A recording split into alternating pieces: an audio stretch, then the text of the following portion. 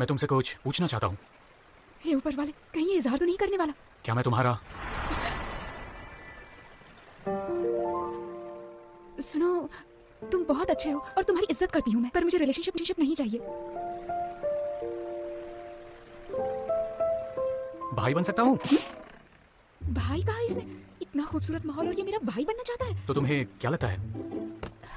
नहीं। लेकिन ऐसा क्यों? क्योंकि मेरा भाई है। तुम्हारे भाई ने तुम्हारे लिए जो नहीं किया वो सब मैंने तुम्हारे लिए किया। तो उसके लिए तुम्हारा शुक्रिया अदा करो। इतने दिनों से मुझे ना मारने के लिए शुक्रिया। ऐसा क्यों कह रही हो? पहले तुमने बकवास खाना बनाया, फिर मुझे डराने के लिए भूतों की कहानी सुनाई, उसके बाद चरखी चूल्हा दिखाने ले गए और वहाँ जाकर करतब दिखाने लग गए। मैं वहाँ गिर सकती थी, शुक्र है कि मैं जिंदा हूँ।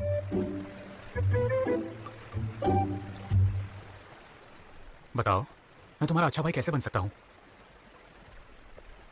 मुझे ये बताओ, तुम्हें बहन क्यों चाहिए? मुझे मेरी शक्तियाँ सुधारनी है। मुझे लगा था युवा दल के नेक इंसान हो तुम। ये सब क्या बकवास कर रहे हो? तुम बस इतना जान लो कि भाई उसकी बहन की रक्षा करेगा, बस। कमाल है। मैं यहाँ जादू नहीं सीख सकती, पर तुम अपना दल बढ़ाने के लिए मेरा इस्तेमाल करना चाहते हो। तुम्हें एक बहन चाहिए ना? ठीक है, तो चलो मुझसे एक वादा करो। क्या? मुझे जादू सिखाने के लिए महाविद्यालय भेजो। नहीं। तो बात यहीं खत्म हो गई। सब अपने अपने काम पर ध्यान दो। अलविदा।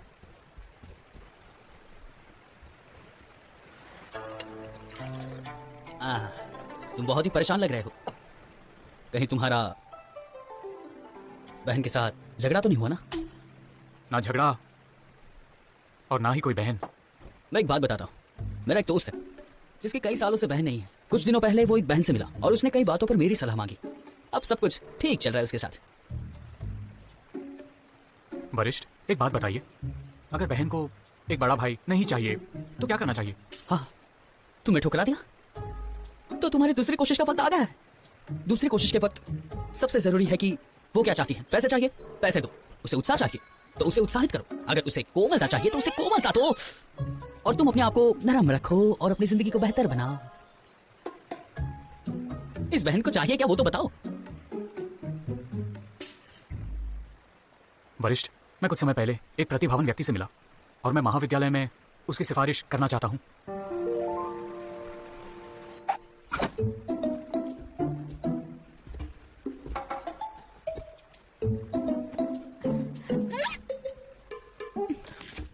हेलो, कैसी लग रही हूँ मैं?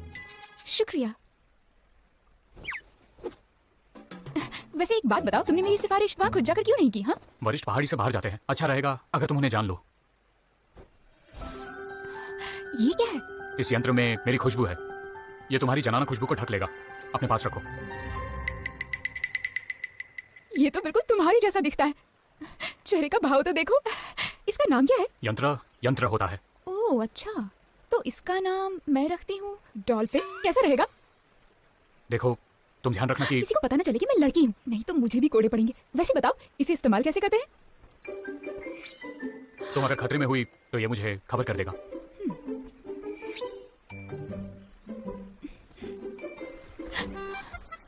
हाँ, तो तुम ही वो खूबसूरत हो जो मेरे भाई को अचानक से मिल गई हो।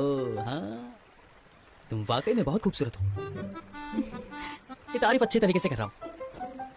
नमस्ते गुरुदेव। मैं इतना बूढ़ा हूँ क्या कि तुम मेरे वरिष्ठ के दोस्त हो? तुम मुझे वरिष्ठ बुला सकती हो। वरिष्ठ?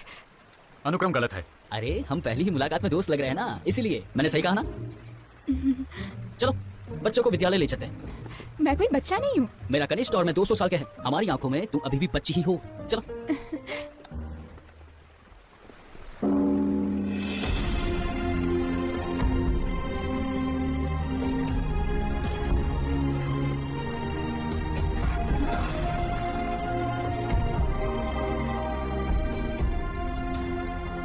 बड़े गुरुदेव,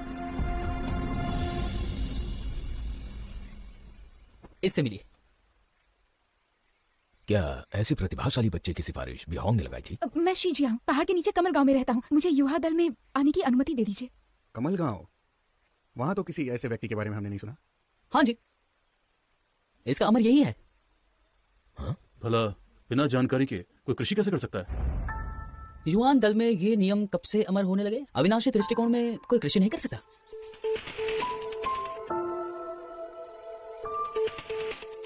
नियम ना भी हो तो भी तुम्हें पता होना चाहिए। अगर किसी के पास अविनाशी दृष्टिकोण नहीं है और वो जबरदस्ती सीखना चाहता है तो वो विशाल समंदर में एक छोटी सी बूंद समान है। हर इंसान की अपनी तकदीर होती है। हाँ, मैं तो पूरा दिन वैसे कुछ भी नहीं करता ना, सिर्फ पक्षियों और फूलों के साथ वक्त बिताता हूँ अपना। उससे भी ज्यादा जरूरी बात यह है कि ये अविनाशी दृष्टिकोण नहीं है। और वैसे मैं 200 साल का हूँ, कैसी दिलचस्प बात है ना? आपको क्या सही लगता है ये? अगर तुम हजारों साल भी जियो तो भी तुम अविनाशी दृष्टिकोण से नहीं जी सकते। गुस्सा मत करो कृपया। आखिर आपने सच बोल ही दिया। आपकी आंखों में वैसे भी मुझे कुछ नहीं दिखता है। चुप हो जाओ अब और ले जाओ इसे यहाँ से जल्द से जल्द। क्या मैं कुछ कर सकता हूँ? माननीय अविनाशी ने अभी कहा कि हर इंसान की अपनी एक तकदीर होती है, तो क्या अगर कोई राक्षस प्रवृत्ति का हो तो उसे बदलने की जरूरत नहीं है? बताइए मुझे। मेरे गांव में एक कहावत है, इंसान अपनी तकदीर का मालिक खुद ही होता है।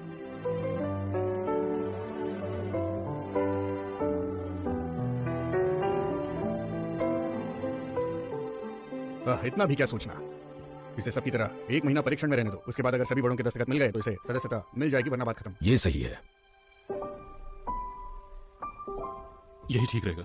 जी जी।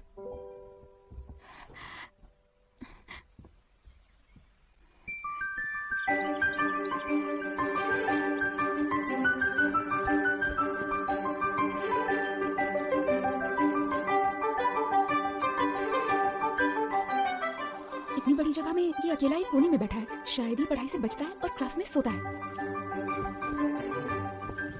सुप्रभात, मैं यहाँ नया आया हूँ।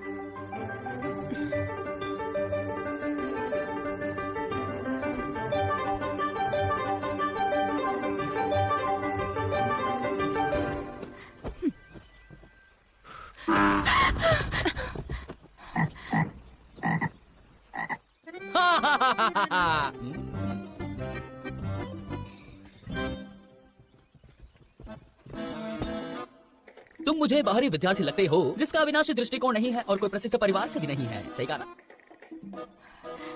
मैं पूछता हूँ, तुम जो लोगों की भीड़ इकट्ठा करते हो और बहुत ही घमंडी हो, कृषि को अहमियत ना देकर गपशप को बढ़ावा देते हो, कौन हो तुम?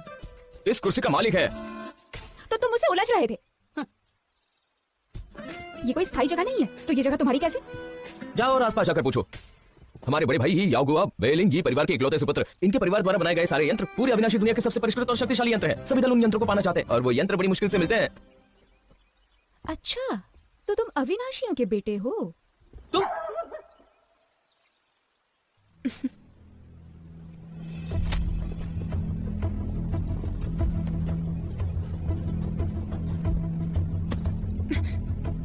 ट्विंक फैंग, तुम्हारी पोशाक बहुत सुंदर है। उतारो इसे। हैं?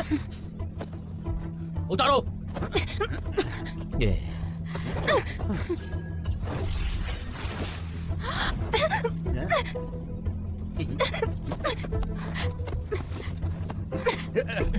क्या कर रहे हो? इसने गुरुदेव जैसे पोशाक पहने हैं और ये पहनने की योग्यता है नहीं। सारे पोशाक एक जैसे ही तो हैं। तुम्हारे भी वैसे ही हैं। मैंने कहा ना नहीं पहन सकता। जाने दो मुझे। हाँ, अब तुम दया चाहते हो तो देर हो गई है। तुम उसके जैसे पोशाक नहीं पहन सकते। बड़े भाई अब उनके जैसे नहीं है।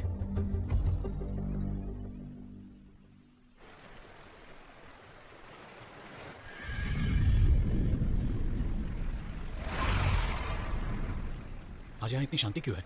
किसी जीव या पक्षी की आवाज भी नहीं आ रही।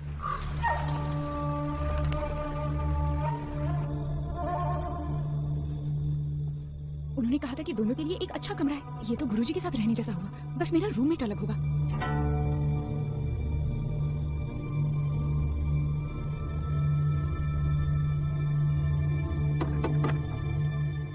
कोई है? कोई है यहाँ?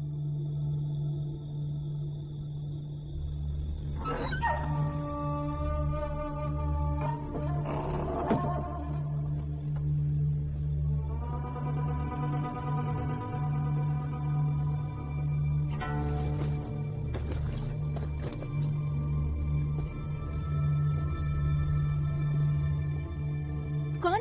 हाँ? माफ करना, मुझे पता नहीं था यहाँ कोई है। इधर मत आना। हाँ, मैं चला जाता हूँ।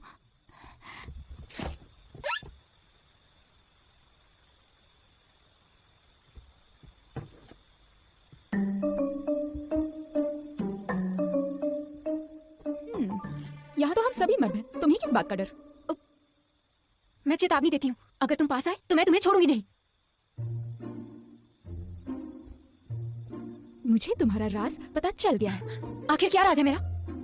तुम पास आए तो अच्छा नहीं होगा। तुम